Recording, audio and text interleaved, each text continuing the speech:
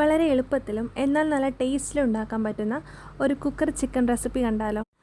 ആദ്യം തന്നെ കുക്കറിൽ കുറച്ച് എണ്ണ ഒഴിച്ച് അതൊന്ന് ചൂടായി വരുമ്പോഴത്തേക്കും അരിഞ്ഞു വെച്ച സവാളയും കുറച്ച് ഉപ്പും കൂടെ ചേർത്ത് നല്ലപോലെ ഒന്ന് വഴറ്റിയെടുക്കാം. സവാള ഒന്ന് വഴണ്ട് വന്നതിന് ശേഷം അതിലേക്ക് ഒരു ചെറിയ പഴുത്ത തക്കാളി കൂടി ചേർത്ത് കൊടുക്കാം. തക്കാളി ഒന്ന് ഉടഞ്ഞു വരുമ്പോഴത്തേക്കും നമുക്ക് പൊടികളൊക്കെ ചേർത്ത് കൊടുക്കാവുന്നതാണ്.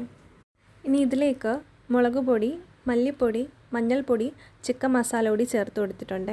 ഇനിയിപ്പോൾ ചിക്കൻ മസാല ഇല്ലെങ്കിൽ ഗരം മസാലയും നമുക്ക് ചേർത്ത് കൊടുക്കാവുന്നതാണ്. പൊടികളുടെ പച്ചമണം മാറുന്നത് വരെ നല്ലപോലെ ഇളക്കി കൊടുക്കാം. അതൊന്ന് മൂത്ത് വരുമ്പോഴത്തേക്കും അതിലേക്ക് 2 തണ്ട് കറിവേപ്പിലയും നേരത്തെ മാരിനേറ്റ് ചെയ്ത് വെച്ച ചിക്കനും പിന്നെ കുറച്ച് ഇഞ്ചി വെളുത്തുള്ളി പേസ്റ്റും കൂടെ ചേർത്ത് നല്ലപോലെ ഒന്ന് ഇളക്കി വയ്ക്കാം. ഒരുപാട് ഗ്രേവി വേണ്ടാത്തതുകൊണ്ട് ചിക്കനൊന്ന് കുക്കാവാൻ വേണ്ടിയിട്ട് 1/4 ഗ്ലാസ് വെള്ളം കൂടെ ചേർത്ത് ഒരു 4 വിസിൽ വരെ വേവിക്കാം.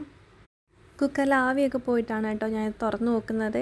തുറന്ന് നോക്കിയപ്പോഴത്തേക്ക് നമ്മുടെ ചിക്കൻ കറി ഇവിടെ അടിപൊളിയായിട്ട് റെഡി ആയിട്ടുണ്ടേ. ഇനി ലാസ്റ്റായിട്ട് കുറച്ച് മല്ലിയിലയും കൂടി ഇട്ട് കഴിഞ്ഞാൽ നമ്മുടെ പരിപാടി ഇവിടെ കഴിയും കേട്ടോ. ഒരു 10 മിനിറ്റ് പോലും എടുത്തിട്ടില്ല കേട്ടോ എനിക്ക് ഈ അടിപൊളി ചിക്കൻ കറി ഉണ്ടാക്കാൻ വേണ്ടിയിട്ട്. അപ്പോൾ എല്ലാവർക്കും റെസിപ്പി ഇഷ്ടമായെന്ന് വിചാരിക്കുന്നു. ബായ്.